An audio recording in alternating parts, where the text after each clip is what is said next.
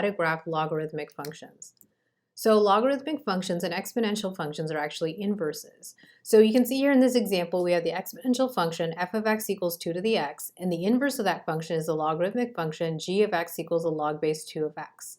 So the domain of this exponential function is negative infinity to infinity, and that means that the range of the inverse, the logarithmic function, will be negative infinity to infinity. Because remember, in inverses, we switch the x and y values. Similarly, the range of this exponential function is 0 to infinity, so that means the domain of the logarithmic function, that's its inverse, is going to be 0 to infinity. The asymptotes show a similar relationship. This exponential function has a horizontal asymptote at y equals 0, and that means that this logarithmic function will have a vertical asymptote at x equals 0.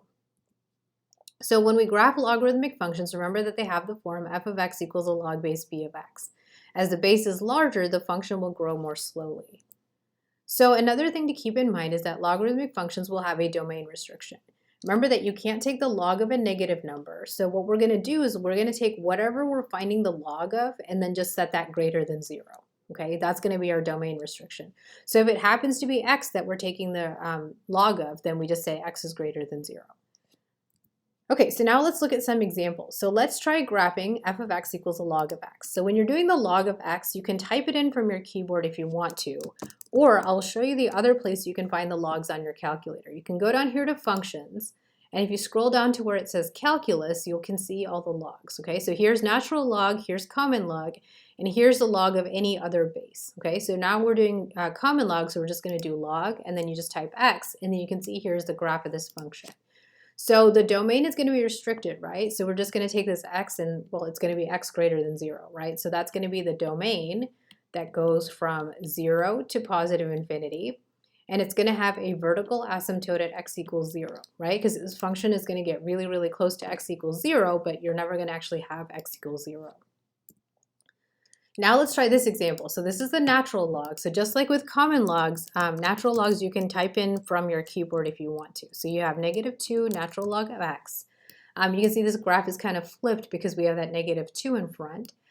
Once again, we're going to have that restriction that x has to be greater than 0. So that's going to be the domain is going to be from 0 to positive infinity. And we're also going to have a vertical asymptote at x equals 0. So now let's try this example. So here you can see we have a log that has a different base. So when you have a different base, you're actually going to have to use the functions menu to get that, right? So we're going to have to scroll down, find the calculus section, and find that log base A. So for the log base A, so you can see when you click on that, it's going to allow you to first type in the base, which is 3, and then click here within the parentheses, and that's where you're going to put the x, okay? So you can see once again, it does have that domain restriction, right? That x has to be greater than 0. So we would say the domain goes from 0 to infinity, and then we would say the vertical asymptote is at x equals 0. So now let's try this example. So once again, we have a different base, right? But we also have an x minus 1 here. So let's see what that does to our graph. So we have f of x equals, and let's go down to functions, and then we find the log base A. So this, once again, we type in our 4, and then we go to the parentheses and we type x minus 1.